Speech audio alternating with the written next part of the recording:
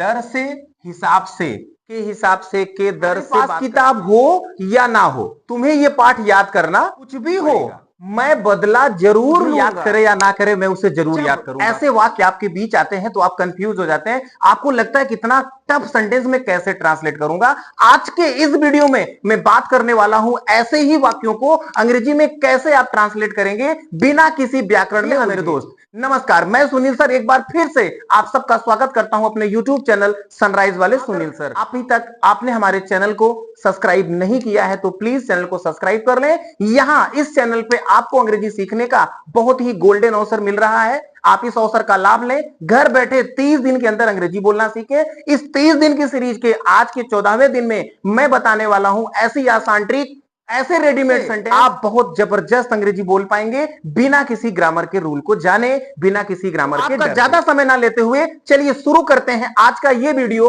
और मैं बताता हूं कि ऐसे वाक्यों को जब आप अंग्रेजी में बनाएंगे तो क्या करेंगे। मात्र एक शब्द आपको याद करने हैं और अनेकों शब्दों को ट्रांसलेट शुरू करते हैं। पहला रूल, सबसे पहले हम बताते हैं आपको वेदर का रूल।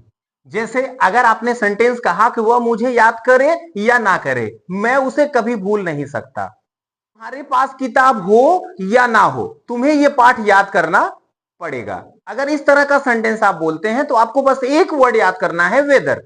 जैसे वेदर ही रिमेंबर्स मी आर नॉट, वो मुझे याद करे चाहे ना करे। अगला सेंटेंस आप देखो, मैं उसे कभी भूल नहीं सकता। मैंने आपको मॉडल वर्ब कैन पढ़ाया, सेम उसके रूल से आप इसको कर सकते हैं। I can never forget him. Next देखते हैं, तुम्हारे पास किताब हो या ना हो या ना हो का सेंस वेदर से हो जाता है। Whether you have a book or not, तुम्हें पाठ याद करना पड़ेगा। You will have to learn your lesson. वह चाहे मरे या जिए मुझे उसकी चिंता नहीं है।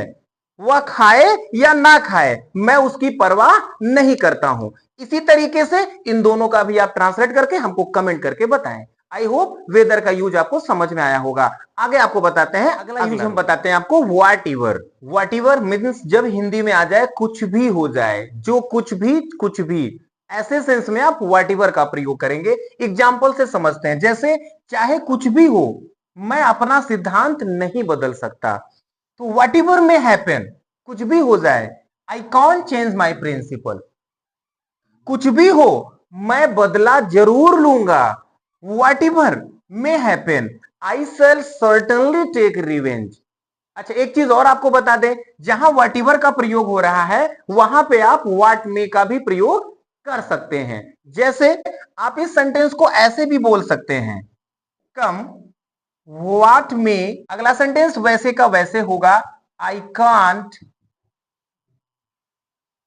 Change my principle. कुछ भी हो के सेंस में जो हम व्हाट एवर लिख रहे हैं वहां पे हम कम व्हाट मे का भी प्रयोग कर सकते हैं।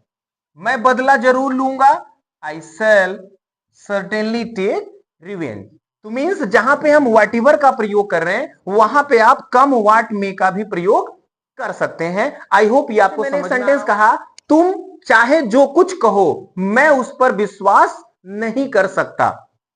इसको आप हमें कमेंट करके बताएंगे कि आपको समझ में आया कि नहीं। अगर आपको आ गया तो आपका सेंटेंस ये राइट होगा। अगर वीडियो पसंद आ रहा है तो वीडियो को लाइक और शेयर। हम आपको बताते हैं इन स्पाइट ऑफ। जब हिंदी में के रहते हुए भी या के बावजूद ऐसा सेंस होता है तो वहां पे आप इन स्पाइट ऑफ का प्रयोग कर दीजिए। जैसे धन के रहते हुए भी वह दुखी है। आम बोलचाल में कहते हैं अरे भाई इतना पैसा बा तब रोवत है, तो आप इंग्लिश में कैसे कहोगे इसे, in spite of wealth he is unhappy. पुत्रों के रहते हुए भी वह असहाय है। In spite of sons he is helpless. बीमारी के बावजूद वह सुखी है। In spite of illness he is happy. के बावजूद के रहते हुए जहां आए वहां पे आप इन स्पाइट ऑफ का प्रयोग कर दें। आई होप ये आपको समझ में आ गया होगा। अगर समझ में आ गया है तो अगला सेंटेंस आप हमें कमेंट करके बताएं, बाधाओं के बावजूद उसने तरक्की। हम लोग जानते हैं व्हाइल का, जब हिंदी में जहां वहां ऐसा सेंस आता है वहां पे आप वाइल का प्रयोग करिए। जैसे जहां वह गरीबों को सताता है वहां मैं उनकी सहायता करता हूं, जहां तुम रोते हो वहां मैं हंसता हूं। ऐसे वाक्य जब आप बोलिए तो वहां आप वाइल का प्रयोग कर दीजिए। While he oppresses the poors I help them. जहां वह अनाथों से घृणा करती है वहीं उसके पिताजी उनको प्यार करते हैं। क्या हो जाएगा? While she hates orphans her father loves them. आप एक चीज को ध्यान रखिए, जहां के सेंस में हम वेयर का भी प्रयोग करते हैं कहीं कहीं, लेकिन यहां नहीं करेंगे। अगर आप यहां पे कर दोगे where she hates orphans her father loves them, ये सेंटेंस रॉन्ग हो जाएगा। तो याद रखें, आप वाइल का प्रयोग करें, वेयर का नहीं। हाँ, अगर करना चाहें, इसको रिप्लेस करना चाहें तो वेयर नहीं बल्कि वेयर एज से आप रिप्लेस कर सकते हैं। जैसे हैं whereas she hates orphans her father loves them. ये राइट है। मींस आप वाइल की जगह वेयर एज का प्रयोग कर सकते हैं, लेकिन वेयर का प्रयोग करना रॉन्ग है, तो वेयर से बचें। हिंदी मीनिंग बन जाती है वेयर जहां, लेकिन आप ध्यान रखिएगा कि वाइल का प्रयोग वेयर एज से रिप्लेस किया जा सकता है, लेकिन वेयर से नहीं। तो अब याद रखिएगा, जहां जहां वहां का सेंस आए वहां दोनों क्लास को आप जोड़ने के लिए वाइल का प्रयोग कर लेंगे। आई होप ये आपको समझ में आ गया होगा। चलिए देखते हैं अगला रूल। हम लोग जानते हैं हाउ टू। हाउ टू का प्रयोग हमें तब करना चाहिए जब हम किसी एक्शन को जानने की बात करें, ना कि किसी पर्सन को। एग्जाम्पल से समझाते हैं आपको हम। जैसे हिंदी में आना आ रहा है या जानना आ रहा है, लेकिन आना और जानना का संबंध वहां किसी एक्शन से हो। जैसे उसे भोजन बनाने आता है। अब भोजन बनाने आता है का मतलब वह भोजन बनाने जानता है कि भोजन कैसे बनता है। तो इसी को हम ट्रांसलेट करेंगे, she knows how to cook, he knows how to cook, I know how to cook. जिस भी सब्जेक्ट को लेके हो तो वहां पे आप हाउ टू का प्रयोग करेंगे। इसके बाद उस एक्शन को लिखेंगे जिस एक्शन को जानने की बात होगी। आई होप ये क्लियर हो रहा होगा। आगे देखते हैं, तुम्हें अंग्रेजी बोलने नहीं आता है। नहीं आता है का मतलब आप नहीं जानते हैं। इस सेंस में हम बोलेंगे यू डोंट नो, आप नहीं जानते हैं हाउ टू स्पीक इंग्लिश। वह तैरना जानता है, तो हम इसको बोल देंगे he knows how to swim. Next देखिए, वह मुझे जानता है। यहां देखिए आप, वह तैरना जानता है। किसे जान रहे हैं भैया? तैरना। तैरना एक एक्शन है, तो हाउ टू का प्रयोग हुआ। अगर एक्शन नहीं है तो हाउ टू का प्रयोग नहीं होगा। जैसे वह मुझे जानता है, अब मुझे कोई एक्शन तो है नहीं, तो इसको हम डायरेक्ट लिखेंगे ही नोज मी।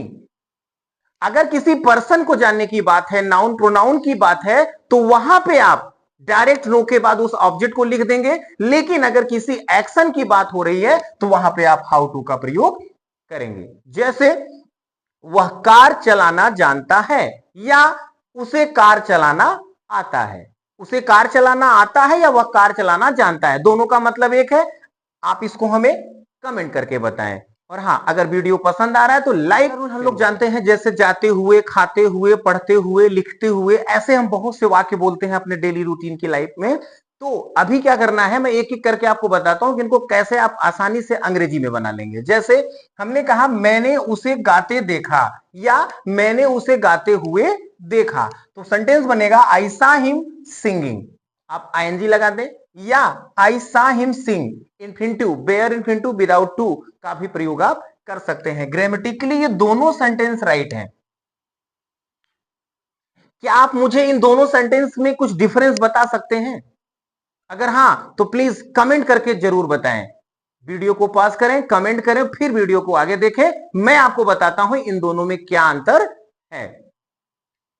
अगर आपने कहा आई सा हिम सिंगिंग, मैंने उसे गाते हुए देखा, मींस आपने उसे बीच में गाते हुए देखा। कंप्लीट ये जो सिंगिंग का प्रोसेस चला, गाने का जो काम हुआ, इसे आप शुरू से लेके अंत तक नहीं देखे हैं। ये बताता है आई सा हिम सिंगिंग। लेकिन अगर आप ये बोलते हैं आई सा हिम सिंग, इसका मतलब उसे आप शुरू से लेके अंत तक गाते हुए देखें। यहां कंप्लीट एक्शन की बात हो रही है। ये दोनों में अंतर है, बाकी ग्रामेटिकली दोनों सेंटेंस राइट है। हिंदी में हम यही बात कहेंगे। आई होप ये आपको समझ में आ गया होगा। चलिए देखते हैं अगला वाक्य। मैंने हवाई जहाज को उड़ते हुए देखा। I saw the plane take off. हमने कुत्ते को सड़क पार करते हुए देखा। We saw a dog crossing the road.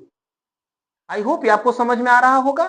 Next, Shyam ने राधा को नाचते हुए देखा। हाँ, आप समझ गए। ये आपको कमेंट करके हमें बताना है कि आपको समझ में आया कि नहीं आया। अगर आपने कमेंट में राइट कर दिया मींस आपको समझ में आ गया। अगर आपसे गलती हो रही है तो हम आपको दोबारा कमेंट बॉक्स में ही बताएंगे, तो आप कमेंट करके हमें जरूर बताएं श्याम ने राधा को नाचते हुए देखा, इसकी अंग्रेजी क्या होगी। और आपको बताते हैं, हम लोग समझते हैं बाई का प्रयोग। जब दर से हिसाब से के हिसाब से के दर से बात करते हैं, जैसे हम कोई चीज खरीदते बेचते हैं तो वहां पे होता है ना कि इसके दर से इस हिसाब से, तो वहां पे हमें बाई का प्रयोग करना चाहिए। जैसे वह मीटर के हिसाब से कपड़ा बेचता है या मीटर की दर से कपड़ा बेचता है, तो हो जाएगा he sells cloth by the metre. वह दर्जन की दर से अंडे बेचती है। She sells eggs by the dozens. मैंने दर्जन की दर से केले खरीदे। उसने घंटे के हिसाब से टैक्सी का भाड़ा दिया। ये दोनों आप हमें कमेंट करके बताएंगे। और हां, अगर आज का वीडियो आपको पसंद आया तो प्लीज वीडियो को लाइक करें, शेयर करें, और अगर अभी तक आपने हमारे चैनल को सब्सक्राइब नहीं किया है तो चैनल को सब्सक्राइब कर लें, बेल आइकन जरूर दबाएं ताकि मेरा वीडियो आप तक पहुंचे सबसे पहले। से हमारे साथ आप बने रहें। मिलते हैं जल्द ही नए टॉपिक, नए रूल के साथ अपने अगले वीडियो में। Thank you. जय हिंद।